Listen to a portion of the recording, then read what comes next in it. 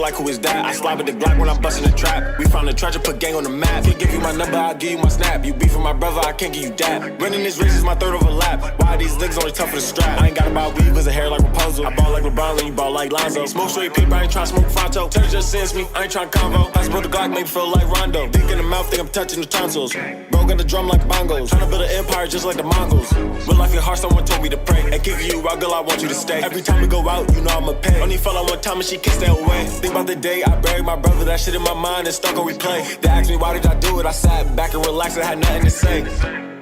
Take something for bro. Welcome back to the channel, ladies and gentlemen. I do apologize for the inactivity the last couple days. I was at the ACC kickoff, basically the ACC Media Days, covering the event for a sports blog I write for. If you're interested in any of that, if you guys are a college football fan, ACC fan, be sure to go over to my Twitter at John_Eads, JOHN_EADS3. That's in the description below as well if you want to check that out. I had interviews with Mackenzie Milton, Jermaine Johnson, all kinds of ACC players, anybody you could think of, anybody that's a big player in that league, Kenny Pickett. I did an interview with them, and it's all up on my Twitter. Those videos are. So if you want to go check those out, be sure to do that. But we're back today in the Oregon State Dynasty, coming off a 38-17 win over Stanford. Be sure to go check that game out if you missed it. It was a really fun one, really competitive from start to finish.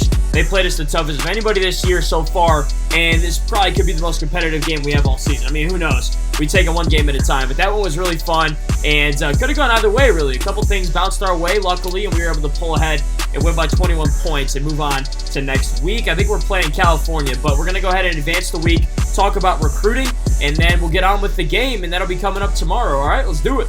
All right, just confirming here, it is going to be Cal that we're playing, and I just want to preface what's going to happen next. Anthony Kelly, middle linebacker, was visiting our school for this week. He was really close to committing. We had to get 2 sacks with the linebacker. I don't remember if we did that. I don't think we did. Maybe we did. I know we had 1. But, you know, if anyone's going to commit this week, it's going to be him. So let's see if he does. And there you go. The newest commit to the Oregon State Beavers is Anthony Kelly. Kind of like we expected. We brought him in on a visit, and he saw enough. He goes ahead and commits to our school, so we secure our middle linebacker that we needed this class, and now we just have 1 spot left on the recruiting board. So big pickup right there. I really like this guy. We're going to take a look at his numbers. He could be a big impact player for us in the next couple years. All right, before we go take a look at Anthony Kelly, here we are. We are in Week 10, ladies and gentlemen. Still the top team in the nation with a perfect 7-0 record, and we're going to welcome Cal to Research Stadium for another home game here as we finish up. Oh, no, I think as we get into North Divisional play, we got Cal, Washington, Oregon, Washington State, and Washington. I don't think I mentioned Washington. So we're starting to get into divisional play. Really excited for that. It's a very competitive division. Actually, I think we just started with Stanford, so never mind that. We're going to continue to roll on with it. But 6-2 Cal team, someone that, you know, could come in and give us some trouble. So we'll see. They certainly have the talent to do so. I was hoping this would be a ranked game. Doesn't look like it's going to be, but still, it's going to be a highly competitive contest, and I'm excited to play it. All right, so here's the updated board. We'll come back to the guys up top. Let's start with Anthony Kelly, though. So he's 6'2", 239 from a Pipeline State, Alabama. My brother was telling me that we were going to lose Alabama as a Pipeline State because we had the red X through where the P is right now next to his hometown up there. So securing him keeps that as a Pipeline State. Alabama, not a bad state to have as a pipeline, you know what I'm saying? So nice pick up there. He's 6'2", 239, number 26 middle linebacker in the class, known for his coverage. Of course, Notre Dame was a big factor in this recruitment.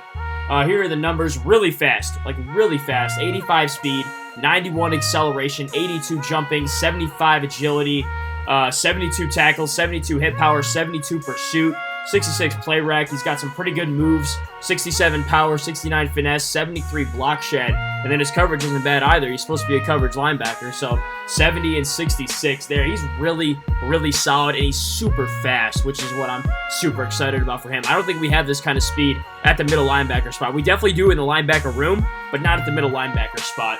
Here are the schools that played a factor in his recruitment. It was really just us and Notre Dame. Also was kind of getting recruited by Oklahoma, Michigan, Nebraska, Penn State, and Tennessee, but it was us and ND, and he went and visited them right before he came to our school, and then, you know, he came on his visit, liked what he saw, and decided to pull the plug. So big force right there.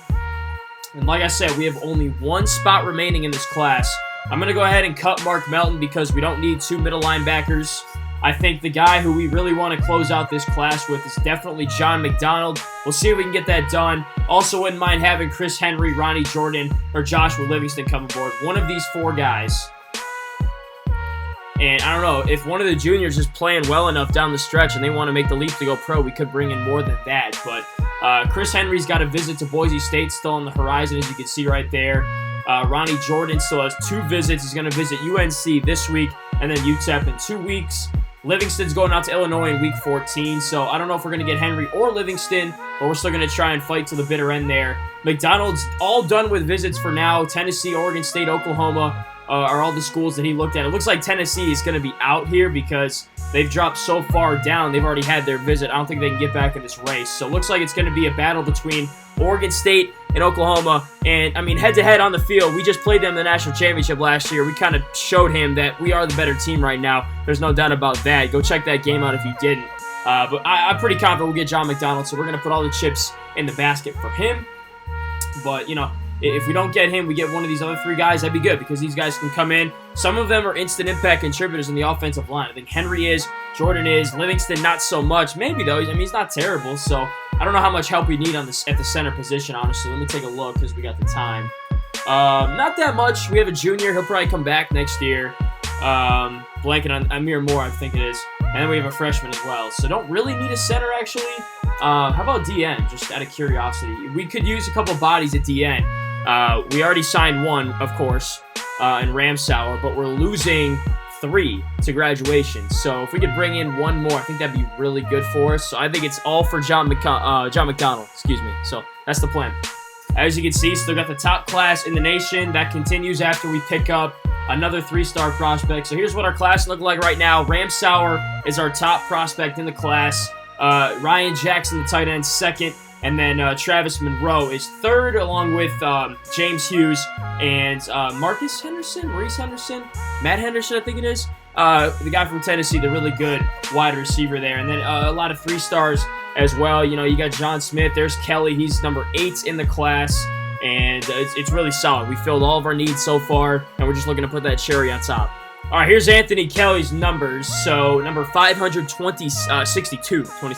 62 in the nation. Not terrible, not terrible. He runs a 4.52 40, 350 bench, 555 squat. Let me get a thumbnail right quick just for kicks and giggles. Damn, bro, that's good. It's 4.52 as a middle linebacker. That's like Brian Bosworth type stuff. So I'm really excited for the potential he has. And, like, you know, he doesn't even have to play middle linebacker. He can play outside. This guy is just an athlete. All right, take a look at the scores from last week, as we always do. So we beat Stanford. We know that. USC only beat Arizona State by 1 point, and they're still the number 7 team in the nation. I'm curious to see if they dropped it all. They probably did, maybe 1 or 2 spots. Not a good look for the Trojans right there. Not at all.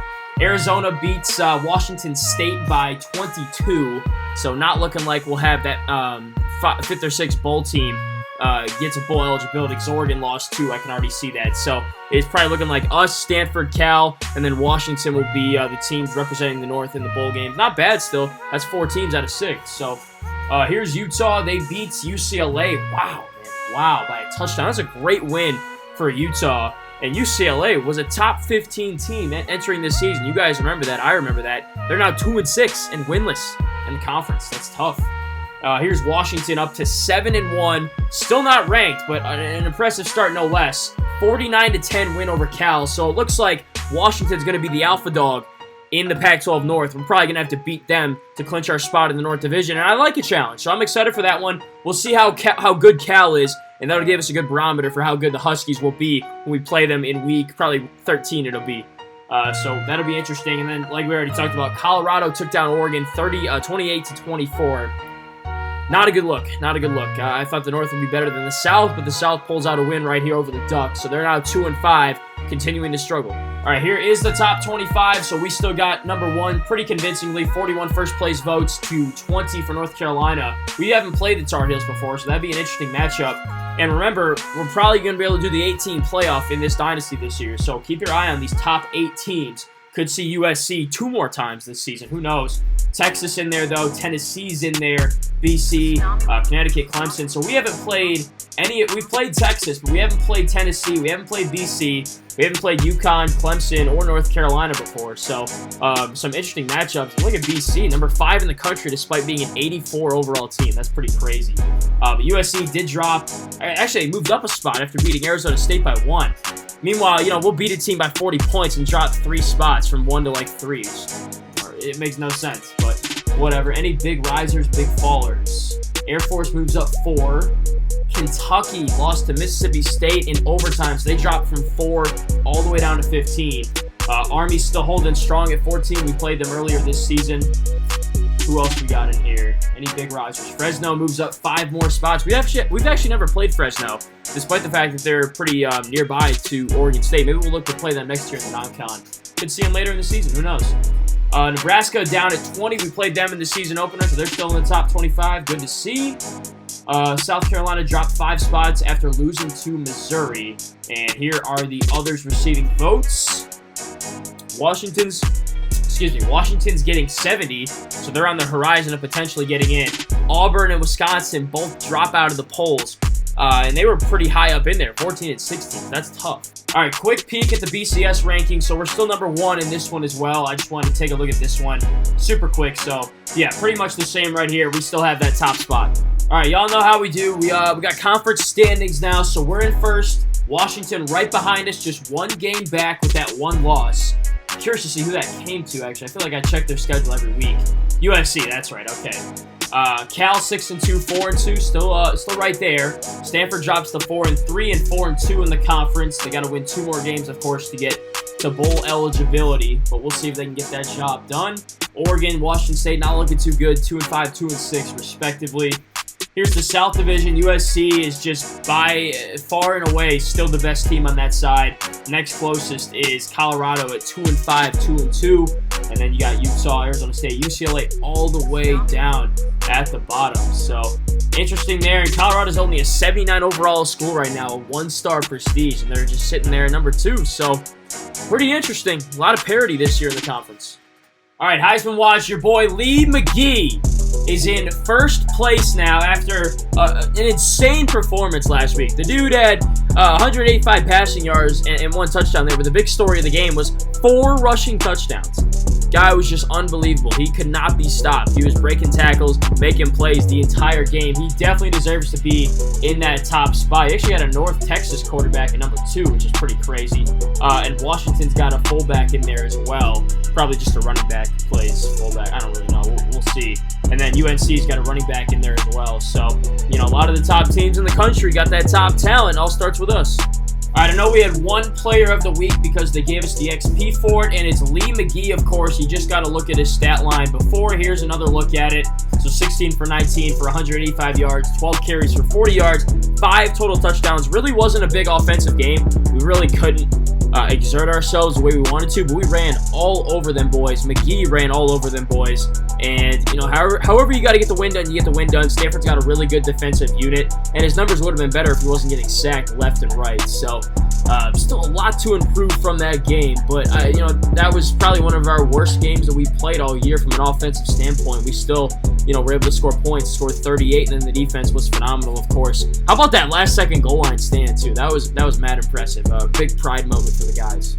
All right, just running through the roster here before we do drip of the day. Got no comments, by the way, no suggestions. Make sure you guys do that so we can, have some back and forth here with the channel, with the audience. All right, I want to get y'all shouted out on here. But Copeland gets a +1. He's been seeing a lot of time in garbage time, and he'll probably be our starting quarterback next season. So any little XP he can get is big.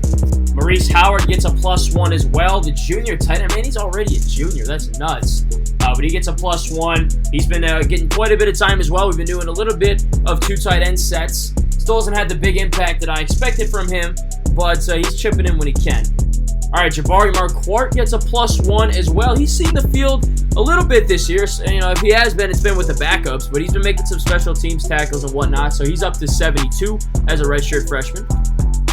All right, this week's drip of the day is going to go to Rob McCoy right here, number 54. This dude absolutely killed the guy in a special teams play a couple games ago, and then against Stanford, he had a ginormous tackle, absolutely sent the dude flying. So we're going to go ahead and get my boy swagged out.